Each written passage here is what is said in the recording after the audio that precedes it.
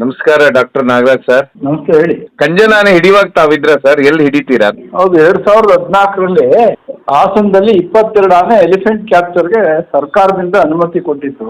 ಆ ಟೈಮ್ನಲ್ಲಿ ಸೆರೆ ಹಿಡಿದಂತ ಆನೆ ಅದು ಕಂಜನ್. ನೆನಪು ಚೆಟ್ಟಿಯಪ್ಪ, ನಾವು, ವೆಂಕಟೇಶ್ ಅವರು, ಅಕ್ರಮು, ಡಾಕ್ಟರ್ ಉಮಾಶಂಕರ್ 3 ಜನ ಇದ್ರು. ಅದಲ್ಲದೆ ಅರಣ್ಯ ಸಿಬ್ಬಂದಿ ಒಂದು 40-50 ಜನ ಇದ್ರು. ಏನ್ ಸರ್, ಹಿಡಿಯುವಾಗ ಸಾಧು ಸ್ವಭಾವನ ಸರ್ ಅದು? ಇಲ್ಲ, ವೈಲ್ಡ್ ಅಲ್ವಾ ಅದು. ಹಿಡಿದದ್ದೇ ಎಲ್ಲ ವೈಲ್ಡ್ ಆನೆಗಳು, ಸಾಧು ಸ್ವಭಾವ ಹೆಂಗ್ ಬರ್ತಾವ? ಕಾಡಾನೆ ಯಾವುದೇ ನಾವು ಸೆರೆ ಹಿಡಿತಕ್ಕಂತ ಕಾಡಾನೆಗಳನ್ನ ಮ್ಯಾನ್ ಅನಿಮಲ್ ಕಾನ್ಫ್ಲಿಕ್ಟ್ ಅಲ್ಲೇ ಹಿಡಿಯೋದು. ಮನುಷ್ಯನಿಗೆ ತೊಂದರೆ ಕೊಟ್ಟಿರೋದು ಅಥವಾ ಎಬಿಚುವಲ್ ಕ್ರಾಪ್ ರೈಟರ್ಸ್ ಅಂತಲೋ ಸರ್ಕಾರ ನಮ್ಗೆ ಅವಾಗ ಲಾರ್ಜ್ ಸ್ಕೇಲ್ ಹಿಡಿಲಿಕ್ಕೆ ಪರ್ಮಿಷನ್ ಕೊಟ್ಟಿತ್ತು. ಸೊ ಹಾಗಾಗಿ ಅದನ್ನ ಅವಾಗ 22 ಆನೆ ಹಿಡಿದ್ರಲ್ಲಿ ಇದು ಒಂದು ಅಂತ. ಇದಾದ್ಮೇಲೆ ಸರ್ ನೀವು ಅದ್ರ ಕ್ಯಾರೆಕ್ಟರ್ನ ಸ್ಟಡಿ ಮಾಡ್ತೀರಾ? ಆ ಸಮಯದಲ್ಲಿ ನಾವು ವರ್ಕ್ ಮಾಡ್ತಾ ಇದ್ದಂತ ಜಾಗ ಈ ಕಡೆ ಬೆಳ್ಳಿಪುರ. ಅದನ್ನ ದುಬಾರೆ ಕ್ರಾಲ್ಗೆ ಹಾಕಿ ಅದನ್ನ ಪಳಗಿಸಿ ಅಲ್ಲಿ ಪಳಗಿದ ನಂತರ ತೆಗ್ದಿರ್ತಾರೆ. ನಾನು ಮಧ್ಯೆ 1-2 ಸಾರಿ ಅಂದ್ರೆ ದಸರಾ ಟೈಮ್ನಲ್ಲಿ ಆನೆ ಆಯ್ಕೆ ಪ್ರಕ್ರಿಯೆ ಮಾಡ್ತೀವಲ್ಲ, ಸೊ ಹಾಗಾಗಿ ಪ್ರತಿ ವರ್ಷ ನಾನು 1-2 ಸಾರಿ ವಿಸಿಟ್ ಕೊಡ್ತಿದ್ದೆ. ಇಲ್ಲ, ಆನೆ ಆವಾಗ ಕ್ರಾಲ್ ಇದ್ದಾಗ ಪಳಗುವಾಗ ನೀಟಾಗಿ ಪಳಗ್ತು, ತಗದ್ಮೇಲೂ ನೀಟಾಗಿತ್ತು.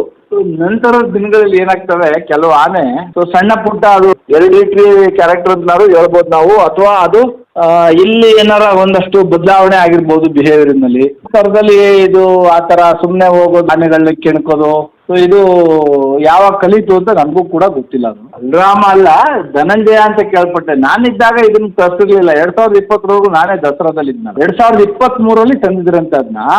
ಆ ಟೈಮ್ನಲ್ಲಿ ಧನಂಜಯ ಆನೆಗೇನೋ ತಿವಿಲಿಕ್ಕೆ ಹೋಗಿ ಅದು ಆನೆ ಇದನ್ನ ಅಟ್ಟಿಸ್ಕೊಂಡು ಬಂದು ಪ್ಯಾಲೇಸಿಂದ ಹೊರಗಡೆಗೆಲ್ಲ ಅಟ್ಟಿಸ್ಕೊಂಡು ಹೋಗಿತ್ತು ಅಂತ ಹೇಳಿ ಕೇಳ್ಪಟ್ಟೆ. ಇದ್ರ ಮಧ್ಯೆ ಇನ್ನೊಂದು ಸರ್, ಇನ್ನು ಮುಂದೆ ಇದು ದಸರಾಕ್ ಬೇಡ ಅನ್ನುವಂತ ಸುದ್ದಿ ಬಂತು, ಈಗ ನಿಜಾನ ಸರ್ ಅದೇನಾದ್ರು? ಏನು ನಾವು ಕೂಡ ಹಿಂಗೆ ನ್ಯೂಸ್ ಪೇಪರ್ ನೋಡ್ದೋ, ಮಿನಿಸ್ಟ್ರಿ ಏನೋ ಆ ಥರ ಹೇಳಿದ್ದಾರೆ ಅಂತ ನ್ಯೂಸ್ ಪೇಪರ್ ಬರ್ತಾ ಇದೆ. ಸರ್, ಮೊನ್ನೆ ದಾಳಿ ಮಾಡೋದಕ್ಕೆ ಏನ್ ಕಾರಣ ಅಂತೀರಾ ಸರ್? ಅದು ಆ ರೀತಿ ಸಡನ್ ಆಗಿ ಇದ್ದಕ್ಕಿದ್ದಾಗೇನೆ ಕಾರಣಗಳು ಇಂಥದ್ದೇ ಅಂತ ಸ್ಪಷ್ಟವಾಗಿ ಹೇಳೋದು ತುಂಬಾ ಕಷ್ಟ ಸಾಧ್ಯ. ಅದು ಯಾಕೆಂದ್ರೆ ನಾವು ಕೂಡ ಅಷ್ಟೇ. ಈಗ ನಾವು ಸಣ್ಣದ್ರಲ್ಲಿ ಹ್ಯೂಮನ್ಗೆ ನಾವು ಕಂಪೇರ್ ಮಾಡ್ಕೊಂಡಾಗ ಯಾವ್ದೋ ನೀವು ಸಣ್ಣ SSLC ನಲ್ಲೋ PUC ನಲ್ಲೋ ಯಾವಾಗಲೋ ಒಂದ್ಸರಿ ಜಗಳ ಹಾಕೊಂಡಿರ್ತೀರಿ ಸಿಟ್ಗಳಿಗೆ. ಆ ಜಗಳ ನೀವು 10 ವರ್ಷ ಆದ್ರೂ ಆ ಪಾರ್ಟಿ ನಿಮಗೂ ಅವ್ರಿಗೂ ಭೇಟಿ ಆಗಿರಲ್ಲ. 10 ವರ್ಷದ ನಂತರ ಭೇಟಿ ಆಗ್ಬೋದು. ನೀವು ಅದನ್ನ ಲೈಟ್ ಆಗಿ ತಕೊಂಡು ಆ ಏಜಲ್ಲೇ ಸುಮ್ಮನೆ ನಾವೇನೋ ಮಾಡ್ತಿದ್ದೋ ಬಿಡೋ ಅಂದ್ಬಿಟ್ಟು ತಮಾಷೆಗೆ ಮಾಡ್ಕೊಂಡು ಅದನ್ನ ಒಂದು ಕಾಫಿ ಟೀ ಕುಡಿದು ಅಥವಾ ಊಟ ತಿಂಡಿ ಮಾಡೋ ನೀವು ಅದನ್ನ ಮರಿಬೋದು. ಇಲ್ಲ, ಇವನಿಗೆ ಏನಾದ್ರು ನಾನು ಪಾಠ ಕಲಿಸ್ಲೇಬೇಕು, ನಾನು ಸಿಕ್ಕವನೇ ಈಗ ಅಂತ ಹೇಳಿ ಸೇಡ್ ತಿರ್ಸ್ಕೋ ಮನೋಭಾವನೆ ಎಲ್ಲೋ 1 crores ಕೆಲವು ಪಿಕ್ಚರ್ಗಳು ತೋರ್ಸೋದಿಲ್ವೇ? 1000ರಲ್ಲಿ 1 ಘಟನೆ, 1 ಲಕ್ಷದಲ್ಲಿ 1 ಘಟನೆ, ಹಂಗೆ ಇದ್ರ ಅನಿಮಲಲ್ಲಿ 1000ಕ್ಕೆ 1 ಘಟನೆ ಆಗ್ಬೋದು. ಯಾಕಂದ್ರೆ ಸರ್, ಈಗ ಈ ಮಕ್ನಾನೆ ಮತ್ತೆ ಕಂಜನು ಇಬ್ರು ಹಾಸನ್ ಜಿಲ್ಲೆಯಿಂದಾನೇ ಬಂದಂತವ್ರು. ಇಬ್ರು ಕಾಡಲ್ಲಿ ಚಿಕ್ಕ ವಯಸ್ಸಲ್ಲಿ ಹೊಡೆದಾಟ ಆಗಿರ್ಬೋದು ಅಂತೀರಾ ಒಂದ್ಸರಿ ಆದ್ರೂ? ನಾನು ಹೇಳ್ಲಿಕ್ಕೆ ಆಗಲ್ಲ, ಯಾಕಂದ್ರೆ ಮಕ್ನಾನೆ ಹಿಡಿದ್ರು ಸಕಲೇಶ್ಪುರ ಅಂತ ಕೇಳ್ಪಟ್ಟೆ. ಹೌದು ಸರ್, ಕರೆಕ್ಟ್. ಹಾಸನ್, ಹೌದು. ಇದನ್ನ ಹಿಡಿದ್ರು ನಾವು ಎಸ್ಳೂರಲ್ಲಿ. ಎಸ್ಳೂರ್ಗೂ ಸಕಲೇಶ್ಪುರಕ್ಕೂ ಲಿಂಕ್ ಇದೆ. ಕಾಡಲ್ಲಿ ಒಂದ್ಕೊಂದು ಲಿಂಕ್ ಇವೆ. ಅದು ಇದೇ ತರ ಆಗಿದೆ ಅಂತ ಊಹಿಸಿ ಹೇಳೋದು ತುಂಬಾ ಕಷ್ಟ ಆಗುತ್ತೆ. ಆನೆಗಳು ಸೇಡ್ ಇಟ್ಕೊಳ್ತಾವೆ ಅನ್ನುವಂಥದ್ದು, ಯಾಕಂದ್ರೆ ನೀವು ಗಜೇಂದ್ರ ಮತ್ತೆ ಶ್ರೀರಾಮ ಆನೆಯಲ್ಲೂ ನೀವು ಕೇಳಿರ್ತೀರ ಸರ್, ನೀವೇ ಹೇಳಿದ್ರ ನನ್ ಹಿಂದೆ. ಹೌದೌದು, ಅದು ಸೇಡ್ ಅಲ್ಲ, ಅದು ಮಸ್ತು.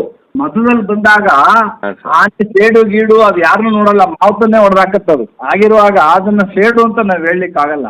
ಒಟ್ಟಿನಲ್ಲಿ ಆ ಟೈಮ್ನಲ್ಲಿ ಅಗ್ರೆಸಿವ್ ಆಗ್ಬಿಡ್ತಾವ. ಈ ಮದ ಅನ್ನೋದು ಏನಿರುತ್ತಲ್ಲ ಸರ್, ಇದೇನಾದ್ರೂ ತಲೆಗೆ ಏನು ವಿಚಾರನೆ ಕೊಡೋದಿಲ್ಲ ಸರ್, ನಾನು ಹೇಗಿದ್ದೆ ಏನಿದ್ದೆ ಅಂತ ಹೇಳಿ ಮದದ ಸಮಯದಲ್ಲಿ? ಈಗ ನಾವು ಕೆಲವ್ರನ್ನ ಈ ಡ್ರಗ್ಸ್ ಗಿಗ್ಸ್ ಅಂತ ಈಗ ಏನೇನೋ ಬರ್ತಾ ಇದೆ ನೋಡಿ. ಹೌದು ಸರ್, ಮಾದಕ ವಸ್ತು. ಟೈಮ್ನಲ್ಲಿ ಮನುಷ್ಯನ ಆಕ್ಟಿವಿಟೀಸ್ ಹೇಗಿರ್ತದೆ ಅಲ್ಲ, ಹೇಗಿರ್ತದೆ ಅಂತ ನೀವ್ ಹೇಳಿ. ಈಗ ನಾನು ನಿಮ್ಗೆ ಒಂದು ಏನಿಲ್ಲ, ಸಾಮಾನ್ಯ ಮನುಷ್ಯನ್ಕಿಂತ ಅವನ ಬಿಹೇವಿಯರೇ ಬೇರೆ ಇರುತ್ತೆ.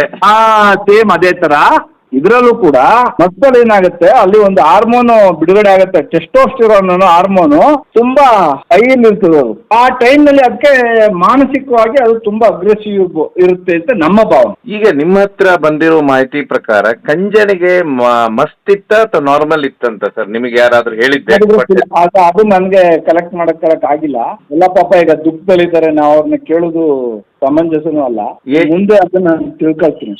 ಈಗ ನನ್ನ ಪ್ರಕಾರ ಮಸ್ತ್ ಪೀರಿಯಡ್ ಸಾಮಾನ್ಯವಾಗಿ ಅಕ್ಟೋಬರ್ ಇಂದ ಶುರುವಾಗ್ತವೆ. ಅಕ್ಟೋಬರ್ ಸಾಮಾನ್ಯವಾಗಿ 2ನೇ ವೀಕು 3ನೇ ವೀಕು ಸಾಮಾನ್ಯವಾಗಿ ನಮ್ಮ ದಸರಾ ಆನ್ಲೇ ನೋಡಿದೀನಿ. ನಮ್ಮ ಅಕ್ಟೋಬರ್ ನಂತರದಲ್ಲಿ ಶುರುವಾಗಿ ನವೆಂಬರ್ ಡಿಸೆಂಬರ್ ಜನವರಿವರೆಗೂ ಇರ್ತವೆ. 24 ತಾಸಲ್ಲೇನೆ ಆನೆ ಸಾಯ್ಬೇಕಾದ್ರೆ ಎಲ್ಲಿ ಬಿದ್ದಿರ್ಬೋದು ಅಂತೀರಾ ನಿಮ್ಮ ಪ್ರಕಾರ ಸರ್ ಮೇಜರ್ ಏಟ್ಗಳು ಆ ಮಕ್ನ ಆನೆಗೆ? ಮಕ್ಕಳಿಗೆ ನಾನು ನೋಡ್ದಂಗೆ ಈ ಹಿಂಭಾಗದ ಕಾಲಿನ ಮುಂಭಾಗ ಅದು ಹೊಡೆದಿದೆ, ಲೋಯರ್ ಅಬ್ಡಾಮಿನ್ ಅಂತ ಕರಿತೀವಿ, ಹೊಟ್ಟೆ ಕೆಳಭಾಗದಲ್ಲಿ. ಮತ್ತೆ ಕೆಲವೊಬ್ರು ಹೇಳ್ತಾ ಇದ್ರು ಮರ್ಮಾಂಗದ ಭಾಗಕ್ಕೆ ಏಟು ಬಿದ್ದಿರ್ಬೋದು ಅದಕ್ಕೆ. ಅಲ್ಲಿ ಆ ಕಡೆನೆ ಬಿದ್ದಿರೋದು.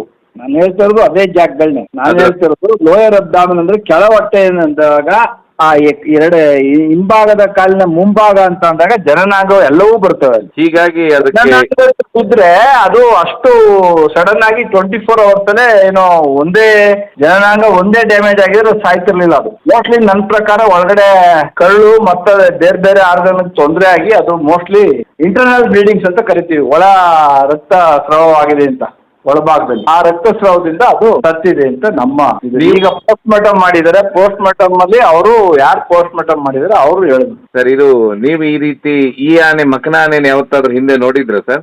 ಇಲ್ಲ ಇಲ್ಲ ಇಲ್ಲ, ನಾನು ಹೋಗಿಲ್ಲ. 2020 ಎಷ್ಟರಲ್ಲಿ ಹಿಡಿದಿರೋ ಗೊತ್ತಿಲ್ಲ, 23 ಅನ್ಸುತ್ತೆ ಅದು ಹಿಡಿದಿರೋದು. ಹೌದು ಸರ್, 23 ಜೂನ್ ತಿಂಗಳಲ್ಲಿ. ನಾನು 2020 ಡಿಸೆಂಬರ್ಲೇ ಬಿಟ್ಬಿಟ್ನಲ್ಲ, ಹಾಗಾಗಿ ಅದನ್ನ ದುಬಾರೆ ಸೈಡ್ಗೆ ಹೋಗಕ್ಕಾಗಿಲ್ಲ. ನಾನು ನೋಡಿ ಎಲ್ಲರೊಟ್ಟಿಗೂ ಮನುಷ್ಯರೊಟ್ಟಿಗೆ ಹೊಂದ್ಕೊಂಡ ಆನೆಗಳು ಎರಡೇ ಅನ್ಸೋದಿಲ್ವಾ ನಿಮ್ಗೆ?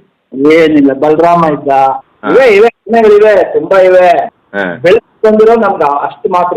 ಅಭಿಮನ್ಯು, ಅರ್ಜುನ, ಆಮೇಲೆ ನಮ್ಮ ಭೀಮ, ಮತ್ತೆ ಈಗ ಇತ್ತೀಚೆಗೆ ನಮ್ಮ ಮಹೇಂದ್ರ ಎಲ್ಲ ಬಂದಿದೆ. ಇನ್ನು ಕ್ಯಾಂಪ್ಗಳಲ್ಲಿ ಇವೆ, ಸಾಕಷ್ಟು ಆನೆಗಳಿವೆ ಖಂಡಿತ. ಈಗ ಮನುಷ್ಯನ ಜೊತೆ ಹೊಂದ್ಕೊಂಡಿದ್ರು ನಾವು ಮಸ್ತಲ್ಲಿದ್ದಾಗ ಅಭಿಮನ್ಯು ಹತ್ರಕ್ಕೂ ಹೋಗಲ್ಲ, ಯಾರನ್ನೂ ಹೋಗ್ಬೇಡಿ ಅಂತ ಹೇಳೋದು. ಯಾಕೆ ಅಂದ್ರೆ ಆ ಟೈಮ್ನಲ್ಲಿ ಅದಕ್ಕೆ ಸ್ವಭಾವತಃ ಅದು ಮಸ್ತಲ್ಲಿ ಸ್ವಲ್ಪ ಅಗ್ರೆಸಿವ್ ಇರ್ತದೆ. ಮಾವುತನ ಒಬ್ಬನ ಮಾತ್ರ ಅದು ಬಿಟ್ಕೊಳ್ಳುತ್ತೆ. ನಿಮ್ಮ ಅನುಭವದ ಪ್ರಕಾರ ತಾವೇ ಮುಂದೆ ಹೋಗುದಿಲ್ಲ, ಆನೆಗಳು ಮುಂದೆ ಹೋಗುದಿಲ್ಲ, ಮಾವುತ ಇಲ್ಲ ಅಂತ ಹೇಳಿ ನೀವು ಸಾಮಾನ್ಯ ಜನರಿಗೆ ಏನ್ ಹೇಳ್ತೀರಾ? ಇತ್ತೀಚೆಗೆ ಆನೆ ಕ್ರೇಜು ತುಂಬಾ ನಾನು ಅದನ್ನೇ ಹೇಳ್ತಾ ಇರೋದು. ದಯಮಾಡಿ ನೀವು ಆನೆ ಮಾವುತರು ನೋಡ್ಲೇಬೇಕು ಅಥವಾ ಹತ್ರ ಮುಟ್ಲೇಬೇಕು ಅನ್ನೋ ಸನ್ನಿವೇಶ ಬಂದಾಗ ಅಷ್ಟೇ ಆನೆ ಮಾವುತರ ಜೊತೆ ಹೋಗಿ. ನೀವು ಆನೆ ಸಿಬ್ಬಂದಿ ಒಟ್ನಲ್ಲಿ ಆನೆ ಯಾರ ಹತ್ರ ಹೊಂದ್ಕೊಂಡಿದೆ, ಕವಾಡಿ ಹತ್ರ ಹೊಂದ್ಕೊಂಡಿದ್ರೆ ಕವಾಡಿ ಜೊತೆ ಹೋಗಿ, ಮಾವುತ ಹೊಂದ್ಕೊಂಡಿದ್ರೆ ಮಾವುತನ ಜೊತೆ ಹೋಗಿ. ಆನೆ ಕಲರ್ ಸೆನ್ಸ್ ಹೇಗಿರುತ್ತೆ ಸರ್? ಕಲರ್ ಎಲ್ಲಾನು ಗುರುತಿಸುತ್ತೆ ಸರ್ ಆನೆ ಮನುಷ್ಯನ? ಇಲ್ಲ ಇಲ್ಲ ಇಲ್ಲ, ಅದೆಲ್ಲ ಅದಕ್ಕೆ ದೂರದ ರೀಸನ್ ಇಲ್ಲ. ಆಲ್ಮೋಸ್ಟ್ ಒಂದು 20 ಅಡಿವರೆಗೆ ಗುರುತಿಸ್ಬೋದೇ. ನಾವು ಮಿಕ್ಕದ್ದೆಲ್ಲ ಸೆನ್ಸ್ ಆಫ್ ಸ್ಮೆಲ್ ಅಂತ ಕರಿತೀವಿ. ನಮ್ಮ ಬಾಡಿನಲ್ಲಿ ಬರ್ತಕ್ಕಂಥ ಸ್ಮೆಲ್ಲಿಂದನೇ ಯಾರೋ ಇಲ್ಲಿ ಬರ್ತಾ ಇದ್ದಾರೆ ಏನೋ ಅಂತ ಊಹೆಯನ್ನ ಮಾಡ್ತದೆ ಅದು ಸೆನ್ಸ್ ಆಫ್ ಸ್ಮೆಲ್ ಅಲ್ಲಿ. ಅಂದ್ರೆ ನಿಮ್ ಪ್ರಕಾರ 20 ಅಡಿಗಿಂತ ಮುಂದಿಂದ ಅದಕ್ಕೆ ಸರಿಯಾಗಿ ಕಾಣಿಸೋದಿಲ್ಲ? ಕಾಣಿಸಲ್ಲ, ದೂರಕ್ಕೆ ಕಾಣಿಸಲ್ಲ. ಸ್ವಲ್ಪ ವೈಟ್ ಕಲರ್ ಈ ತರ ಇದ್ರೆ ಸ್ವಲ್ಪ 20 ಅಡಿಗೂ ಹೆಚ್ಚು ಏನೋ ಅಂಥದ್ರಲ್ಲಿ ಕಾಣಿಸ್ಬೋದೇನೋ. ನನ್ನ ಎಕ್ಸ್ಪೀರಿಯನ್ಸ್ ನಾನು ನಿಮ್ಗೆ ಹೇಳ್ತಾ ಇರೋದು. ಕಲರ್ ಸೆನ್ಸು ನಮ್ ತರ ಇರುವುದಿಲ್ಲ, ಮನುಷ್ಯರ ತರ ಅದಕ್ಕೆ? ಇಲ್ಲ ಇಲ್ಲ ಇಲ್ಲ ಇಲ್ಲ. ಬಟ್ ಇದು ಈ ದಾಳಿ ಆಗ್ಲಿಕ್ಕೆ ಸರ್, ಕೊನೆಯದಾಗಿ ಈ ದಾಳಿ ಆಗೋದಕ್ಕೆ ಕಾರಣ ಏನಂತೀರಾ? ಸಡನ್ ಆಗಿ ಅಷ್ಟೊಂದು ಇದರಲ್ಲಿ ನಾವು 100 ಬಾರಿ ಹೇಳಿದ್ದೀವಿ, ಅನಿಮಲ್ ಬಿಹೇವಿಯರ್ನ ಪ್ರಿಡಿಕ್ಟ್ ಮಾಡಲಿಕ್ಕೆ ಯಾವುದೇ ಕಾರಣಕ್ಕೂ ಸಾಧ್ಯವಿಲ್ಲ. ಯಾವ ಟೈಮ್ನಲ್ಲಿ ಯಾವುದಕ್ಕೆ ಬೇಕಾದರೂ ಅದು ಅಗ್ರೆಸಿವ್ ಆಗ್ಬೋದು. ಮೇಲೆ ಏನೋ ಒಂದು ಸಣ್ಣ ಕಾರಣ, ಹಿಂದೆ ಒಂದು ಸಣ್ಣ ಸೌಂಡ್ ಬಂತು, ಅದಕ್ಕೂ ಅಗ್ರೆಸಿವ್ ಆಗ್ತದೆ. ಕೆಲವು ಟೈಮು ಯಾರೋ ಟಚ್ ಮಾಡಿದ್ರೆ ಅದಕ್ಕೂ ಅಗ್ರೆಸಿವ್ ಆಗ್ಬೋದು. ಏನೋ ಒಂದು ಕಾರಣಗಳೇ ಬೇಕಾಗಿಲ್ಲ. ಕಾರಣ ಇಲ್ದೇನೆ ಸುಮ್ಮನೆ ಹೋಗಿ ಈಗ ಧನಂಜಯ ಗೌಡ ಅದು ಸುಮ್ಮನೆ ಯಾಕೆ ಹೋಗು ಟಚ್ ಮಾಡ್ತಿತ್ತು? ಕೆಲವಕ್ಕೆ ಸ್ವಾಭಾವಿಕವಾಗಿ ಬಂದಾಗ ಕಾರಣಗಳೇ ಬೇಕಾಗಲ್ಲ. ಈಗ ನೀವೇ 16 ಜನ ನಿಮ್ಮ ಸ್ನೇಹಿತರು, ನೀವು ಎಜುಕೇಶನ್ ಲೈಫಲ್ಲಿ ಇಮ್ಯಾಜಿನ್ ಮಾಡ್ಕೊಳ್ಳಿ. ಯಾವನೋ ಒಬ್ಬ ಸ್ವಲ್ಪ ಸಣ್ಣ ಪುಟ್ಟ ತರಲೆ ಕೆಲಸಗಳು ಮಾಡ್ತಾನೆ. ನೀವೇನ್ ಹೇಳ್ತೀರಿ? ಅವ್ನು ಮಾತಾಡ್ಸ್ಬಿಡಪ್ಪ, ಸಣ್ಣದಾಗಿ ನಾವ್ ಏನಾದ್ರು ಕೇಳಕ್ ಹೋದ್ರು ಮಾತಾಡ್ತಾರೆ, ಜಗಳಕ್ಕೆ ಬರ್ತಾನೆ, ಒಡೆಯಕ್ಕೆ ಬರ್ತಾನೆ ಅನ್ನಲ್ವೇ? ಅದು ಯಾರಿಗಂತೀರಿ ಅಂತ? ಆ ಸ್ವಭಾವ ಇರ್ತಕ್ಕಂಥ ವ್ಯಕ್ತಿಗೆ ಮಾತ್ರ ನೀವು ಸೂಚಿಸಿ ಹೇಳ್ತೀರಿ. ಅದರ ಅರ್ಥ ಏನು? ಅವನು ಸಣ್ಣ ಪುಟ್ಟಕ್ಕೂ ಕೋಪಗೊಳ್ತಾನೆ, ಅವನಿಂದ ನಾವು ದೂರ ಇರಬೇಕು. ಮತ್ತೆ ಇದು ಸರ್, ಮಕ್ನ ಆನೆಗಳಿಗೆ ದಂತ ಇಲ್ಲ ಅಂತ ಹೇಳಿ ಅದ್ರ ಕ್ಯಾರೆಕ್ಟರ್ ಅಲ್ಲೇ ಸ್ವಲ್ಪ ಬದಲಾವಣೆ ಏನಾದ್ರು ಇರುತ್ತೆ ಸರ್? ಅಥವಾ ಅದ್ರ ಮುಖದಲ್ಲಿ ಹಣೆ ಭಾಗ ಆಮೇಲೆ ಸೊಂಡ್ಲು ಭಾಗ ಇದೆಯಲ್ಲ, ತುಂಬಾ ಬ್ರಾಡ್ ಇರ್ತದೆ ಅದು ಮಕ್ನ ಆನೆಗೆ. ಹೌದೌದು. ಆದ್ರೆ ಅದಕ್ಕೆ ದಂತ ಬೆಳೆಯುವುದಿಲ್ಲ ಯಾವತ್ತೂ? ದಂತ ಬರಲ್ಲ, ಅದಕ್ಕೆ ಮಕ್ನ ಅಂತ ಕರಿ. ಇಲ್ಲ ನನಗ್ ದಂತ ಇಲ್ಲ, ಅವನಿಗೆ ದಂತ ಇದೆ, ಅಥವಾ ಅವನಿಗೆ ದಂತ ಇಲ್ಲ, ಆ ರೀತಿ ಅಷ್ಟೊಂದು ಸೈಕಾಲಜಿ ಯಾರು ಅರ್ಥ ಮಾಡ್ಕೊಳ್ಳಿಕ್ಕೆ ಆಗಲ್ಲ ಎಲಿಫೆಂಟ್ಸು. ಹಾಂ ಸರ್. ಈಗ ನಮ್ಮಲ್ಲಿ ಕೆಲವ್ರಿಗೆ ಮೀಸೆ ಇರಲ್ಲ, ಹಂಗೆ ಅದು ಮೀಸೆ ಬರಲೇಬೇಕು ಅಂತ ಏನೋ ರೂಲ್ಸ್ ಇದೆಯಾ? ಒಂಥರ ಅವನಿಗೆ 6 ಪೌನಲ್ಲಿ ವ್ಯತ್ಯಾಸ ಆಗಿ ಅವನಿಗೆ ಬಂದಿರಲ್ಲ. ಗಜೇಂದ್ರ ಆನೆ ಇತ್ತೀಚೆಗೆ ಬಂದಿದ್ದಾನೆ ಇದಕ್ಕೆ ಮತ್ತಿಗೋಡ್ಗೆ. ನಿಮ್ಮ ಪ್ರಿಯವಾದ ಆನೆ ನಿಮ್ಮ ಸಮಯದಲ್ಲಿ ನೀವು ಗಜೇಂದ್ರನ ಸುಮಾರು ಬಾರಿ ಕಾರ್ಯಾಚರಣೆಯಲ್ಲಿ ಇದ್ದಲ್ಲ ಸರ್ ನಿಮ್ಮೊಟ್ಟಿಗೆ? ನಮ್ಮೊಟ್ಟಿಗೆ ಅದು ಆಲ್ಮೋಸ್ಟ್ ಒಂದು 20 ವರ್ಷ ನಾನು ಇರುವವರೆಗೂ ನಾನು ಅದನ್ನ ಹತ್ತಿರದಿಂದ ನೋಡಿದ್ದೀನಿ. ಹೇಗಿತ್ತು ಸರ್ ಅದು ಗಜೇಂದ್ರ ಆನೆ ಆಗ? ತುಂಬಾ ಸಾಧು ಆನೆ. ಬಲರಾಮನ್ ಬಿಟ್ರೆ ನಾನು ಜಾಸ್ತಿ ಇಷ್ಟಪಡ್ತಿದ್ದಂತ ಸಾಧು ಸ್ವಭಾವದ ಆನೆ ಅಂದ್ರೆ ಗಜೇಂದ್ರ. ಬಟ್ ತುಂಬಾ ಅದ್ಭುತವಾದ ದೇಹ ರಚನೆನೂ ಇತ್ತು ಸರ್ ಅದಕ್ಕೆ. ಹೌದು. ಆಲ್ಮೋಸ್ಟ್ ನಮ್ಮಲ್ಲಿ ತುಂಬಾ ಎತ್ತರವಾಗಿದ್ದಂತ ಆನೆಗಳಲ್ಲಿ ಅದು ಒಂದು. ಭರತನ್ ಬಿಟ್ರೆ ಗಜೇಂದ್ರ ಬಿಟ್ರೆ ಅರ್ಜುನ, ಈ 3 ಹೈಟ್ನಲ್ಲಿ ತುಂಬಾ ಇದ್ದಂತ ಆನೆಗಳು. ಅದಕ್ಕೆ ತೊಟ್ಟಲು ಕೊಂಬಿತ್ತಂತ ಹೇಳಿ ಪಟ್ಟದ ಆನೆ ಆಗಿತ್ತು ಸರ್. ತೊಟ್ಟಲು ಕೊಂಬು, ಅದ್ರ ಗಾತ್ರ, ಅದ್ರ ಮುಖಚರ್ಯ ಎಲ್ಲ ನೋಡೆ ಶ್ರೀಕಂಠದಂತ ನರಸಿಂಹರಾಜ ಒಡೆಯರು ಅದನ್ನ ಪಟ್ಟದ ಆನೆಯಾಗಿ ಸೆಲೆಕ್ಟ್ ಮಾಡ್ಕೊಂಡಿದ್ರು. ಈವನ್ ಅದು ಶ್ರೀಕಂಠದತ್ತ ಒಡೆಯರವರು ತೀರ್ಕೊಂಡಾಗಲೂ ಕೂಡ ಅದನ್ನ ಡೆತ್ ಸೆರೆಮನಿಯಲ್ಲಿ ಕರೆಸಿದ್ರು ಗಜೇಂದ್ರನ್ನ ಸರ್ ಮೈಸೂರು ಅರಮನೆಗೆ. ಹೌದು. ಆದ್ರೆ ಸಡನ್ ಆಗಿ ಈ ರೀತಿ ಆಗ್ಲಿಕ್ಕೆ ಕಾರಣ ಏನಂತೀರಾ ಸರ್? ಆ ಟೈಮ್ನಲ್ಲಿ ಅದು ಮಸ್ತಲ್ಲಿದ್ದಾಗ ಆನೆನ ಯಾವ ರೀತಿ ಸೆಕ್ಯೂರ್ ಮಾಡಿಡಬೇಕು ಅಂತ ಮಾವತನಿಗೆ ಗೊತ್ತಿತ್ತು.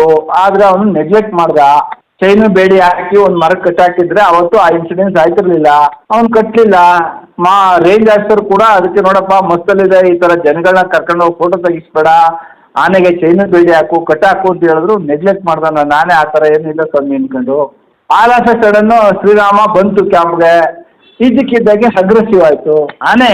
ಬಿಹೇವಿಯರಲ್ಲು ಬೇರೆ ಇನ್ನೊಂದು ಆನೆ ಕಂಡಾಗ ಕೆಲವು ಟೈಮು ನಾನು ಅವನಿಗೆ ಸೇಡಿನ ಮನೋಭಾವ ಇದ್ದಾಗ ನಾವೇ ಆದರೂ ಅಷ್ಟೇ ನನಗೆ ಯಾವನೋ ದ್ವೇಷ ಮಾಡ್ತಾ ಇದ್ದಾನೆ ಅಂದಾಗ ಅವನ್ನ ನಾನು ನೋಡಿದಾಗ ಇಲ್ಲ ನಾನೇ ಸುಮ್ಮನೆ ಕಾಯಿತು ಸವಾಸ ಯಾಕಪ್ಪ ಅಂತ ನಾನು ದೂರ ಹೋಗ್ಬೇಕು, ಇಲ್ಲ ಅವನ್ನ ಎದುರಿಸಿ ನಿಲ್ಲಬೇಕು ಅಲ್ವಾ? ಹೌದು ಸರ್. ಎರಡೂ ಆಗಲಿಲ್ಲ ಅಂದಾಗ ಯುದ್ಧ ಗ್ಯಾರಂಟಿ. ನಮ್ಮಲ್ಲೇ ಮಾತು ಬೆಳಿಬೋದು, ವಿಕೋಪಕ್ಕೆ ಹೋಗ್ಬೋದು. ಕಂಜನ್ ಹಾಗೆ ಈ ಮಕ್ನ ಆನೆ ದಾಳಿ ಆಗಿರೋದು ಅಚಾನಕ್ ಅಂತೀರಾ ಸರ್? ಕೊನೆಯದಾಗಿದ್ದು ನಿಜಕ್ಕೂ ಅದು ದುರಂತಮಯ. ಆ ದುರಂತ ಆಗ್ಬಾರ್ದಾಗಿತ್ತು. ಆದ್ರೆ ಮಾವತ್ನು ಕೂಡ ಊಹಿಸಿರ್ಲಿಲ್ಲ ಈ ತರ ಬಂದು ಅಟ್ಯಾಕ್ ಮಾಡ್ತದೆ ನನ್ನ ಆನೆ ಅಂತ ಅಂದ್ರೆ. ಅವನು ಗೊತ್ತಾಗಿದ್ರೆ ಅವನು ಕೂಡ ಅದನ್ನ ಹತ್ರ ಕರ್ಕೊಬತ್ತಿರ್ಲಿಲ್ಲ. ಸೊ ಅದು ಆಕಸ್ಮಿಕವಾಗಿ ಅನಿರೀಕ್ಷಿತವಾಗಿ ಆದಂತ ಘಟನೆ. ಇದರಲ್ಲಿ 24 ಗಂಟೆಯಲ್ಲಿ 2 ಜೀವ ಹೋಯ್ತು ಒಟ್ಟು. ಹೌದು. ಸೊ ಇನ್ನು ಮುಂದಾದ್ರೂ ಪ್ರವಾಸಿಗರು ಎಚ್ಚರದಲ್ಲಿ ಇರಬೇಕು ಅಂತೀರಾ ನೀವು? ಖಂಡಿತ ನೀವು ತುಂಬಾ ಎಚ್ಚರವಾಗಿದ್ದಷ್ಟು ಆನೆಗಳಿಗೂ ನೋಡಿ ಕೆಟ್ಟ ಹೆಸರು, ಹ್ಯೂಮನ್ ಡೆತ್ ಆಯ್ತು, ಈಗ ಅವ್ರ ಜೀವನ ಯಾರು ಕೊಡ್ತಾರೆ? ಹಾಗಾಗಿ ಎಲ್ಲವೂ ತುಂಬಾ ಎಚ್ಚರಿಕೆ ಆಗಿರೋದು ತುಂಬಾ ಒಳ್ಳೇದು ಅಂತೇಳಿ ನನ್ನ. ತುಂಬಾ ಧನ್ಯವಾದ ಸರ್ ಮಾತಾಡಿದ್ದಕ್ಕೆ. Thank you.